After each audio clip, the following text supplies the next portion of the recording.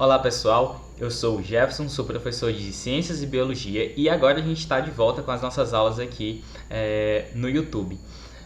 Pessoal, hoje a gente vai ter uma aula falando sobre nutrição dos seres vivos. Essa aula está adaptada para os alunos do 7º ano do Ensino Fundamental 2. Então, se você é aluno do ensino médio, em algum momento eu vou gravar uma aula falando sobre nutrição nos organismos de uma forma mais avançada. Então, por enquanto, essa aula é bem básica sobre nutrição para os alunos do Ensino Fundamental 2.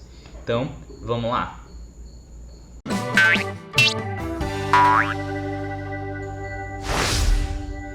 A gente vai abordar hoje alguns conceitos de nutrição e a gente vai focar mais nos organismos que são autotróficos. Eu vou dividir essa aula em algumas partes porque fica mais fácil o entendimento. Então hoje a gente vai começar com os organismos autotróficos e depois a gente fala sobre os organismos que são heterotróficos. Antes de iniciar falando sobre os organismos autotróficos, vamos definir o que é nutrição. A nutrição é uma forma de aquisição, utilização e excreção de nutrientes por um organismo. A forma como ele adquire, usa e excreta esse nutriente é o nosso objeto de estudo nesse tema aqui.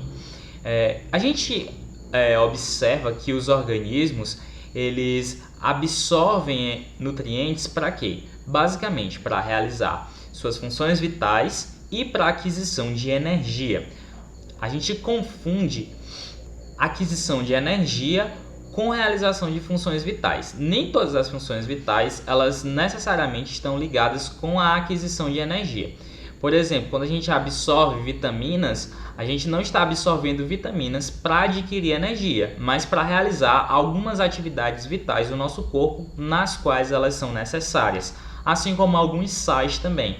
Mas isso aí fica mais para frente. Por enquanto, só saiba que a gente precisa adquirir os nutrientes para adquirir energia e para realizar funções vitais no nosso corpo.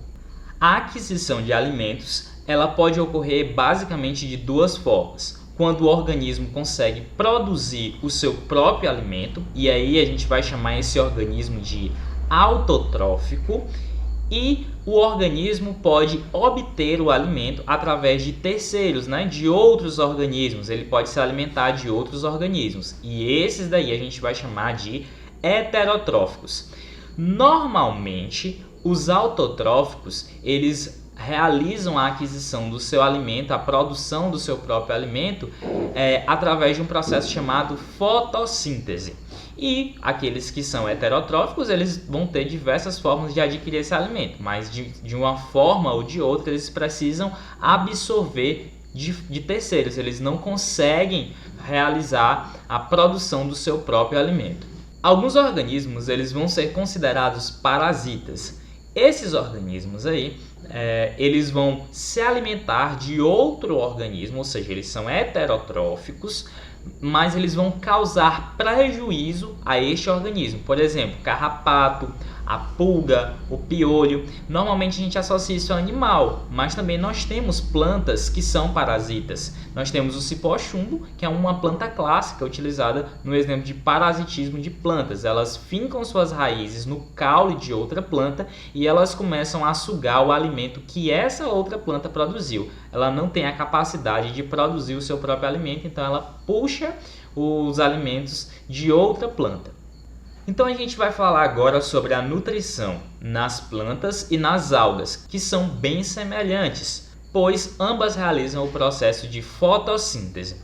O processo de fotossíntese é um processo que a planta ou a alga vai produzir o seu próprio alimento na presença de uma fonte luminosa. Geralmente essa fonte luminosa é o sol, A luz que vem do sol é responsável por essa planta converter algumas substâncias em glicose, que é a forma que ela vai armazenar a energia em seu corpo.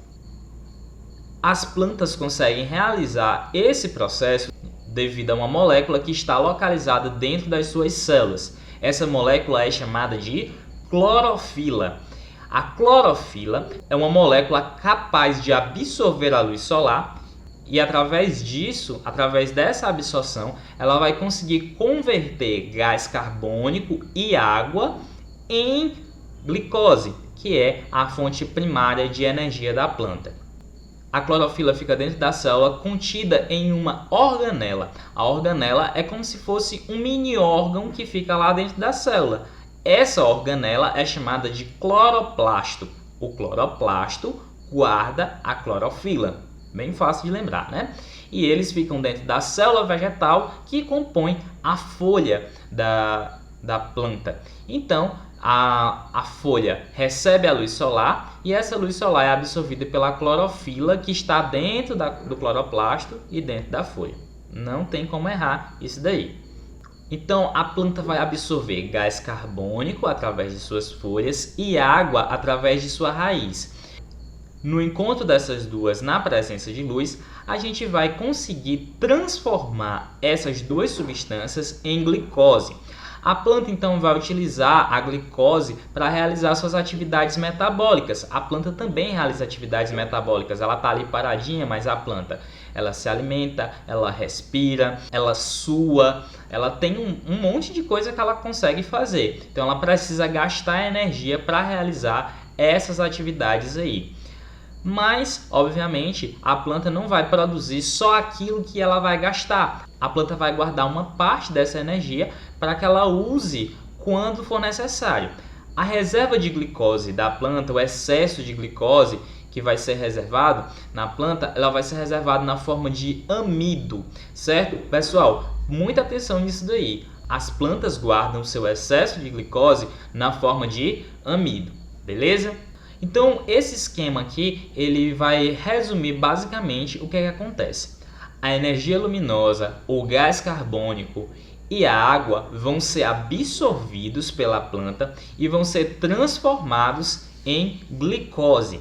A planta então vai liberar oxigênio e todo esse processo de fotossíntese vai ocorrer devido à clorofila que fica dentro do cloroplasto, que é essa organelazinha aí que está no cantinho aí, essa organela verde. Pessoal, a fotossíntese nada mais é do que uma série de reações químicas que a gente não vai abordar aqui porque são reações muito complexas. Quando vocês estiverem mais na frente, lá no ensino médio, vocês vão ver o processo de fotossíntese um pouco mais avançado. Agora, vocês só precisam saber a fórmula geral da fotossíntese. A fórmula geral da fotossíntese é a seguinte: nós temos 6 moléculas de gás carbônico, que aí é representado pelo esse CO2. Nós temos 12 moléculas de água, que é representado pelo H2O. A gente vai ter, então, a glicose, que é formada aí depois dessa setinha, e ela é representada por essa fórmula C6H12O6. Nós temos o gás oxigênio, que é representado aí pelo O2, e nós temos novamente a água representada pelo H2O. Pessoal, isso aqui é uma representação de uma reação química. Por exemplo, o 6CO2 mais o 12H2O estão do lado dos reagentes, certo? E os outros que estão depois dessa setinha que tem o nome aí, energia luminosa / clorofila, são os produtos dessa reação. Então, os reagentes, eles vão reagir para gerar produtos. Então, o produto da fotossíntese é glicose, oxigênio e água. Todo mundo já deve ter ouvido falar que a planta libera oxigênio para a gente respirar. Então, ela libera oxigênio por causa da fotossíntese. A fotossíntese faz ela liberar o oxigênio. Assim como as plantas conseguem realizar a fotossíntese, as algas também conseguem. Então, não é só as plantas que vão conseguir realizar a fotossíntese, as algas também conseguem. E lembre-se que algumas cianobactérias também são capazes de realizar fotossíntese. Elas não têm cloroplasto, mas elas contêm pigmentos que conseguem absorver a luz para a realização da fotossíntese. E nós também temos aqueles organismos que conseguem produzir o seu próprio alimento, mas que não dependem da luz para isso. Esse processo é chamado de quimiossíntese. Por quê? Eles vão utilizar reações químicas que não dependem da luz para serem realizados. Então eles vão produzir o seu próprio alimento, ou seja, eles são autotróficos, mas eles não precisam estar na luz para fazer isso. A planta só consegue realizar fotossíntese se ela estiver na luz, na presença de luz. Pelo menos em algum momento ela tem que ter tido contato com a luz. Organismos que são quimiosintéticos, ou seja, que fazem quimiossíntese, eles não precisam disso e geralmente eles são representados por bactérias que conseguem realizar quimiossíntese. Pessoal, essa foi a nossa aula sobre os organismos autotróficos que conseguem produzir o seu próprio alimento, seja por fotossíntese ou seja por quimiossíntese. Além disso, a gente também viu o conceito de nutrição. Então a gente vai ficar por aqui. Na próxima aula a gente vai falar sobre os organismos heterotróficos, que tem um leque muito maior de organismos que fazem esse tipo de aquisição de nutrientes. Então ela vai ser uma aula um pouco mais extensa, ou talvez eu até divida ela em mais de uma aula. Se você ficou com alguma dúvida, entre em contato comigo, deixe nos comentários, me mande uma mensagem pelo Instagram, pelo e-mail, enfim. Me procure para que a gente possa tirar a sua dúvida e eu vou responder assim que possível, beleza? Então, até a próxima aula.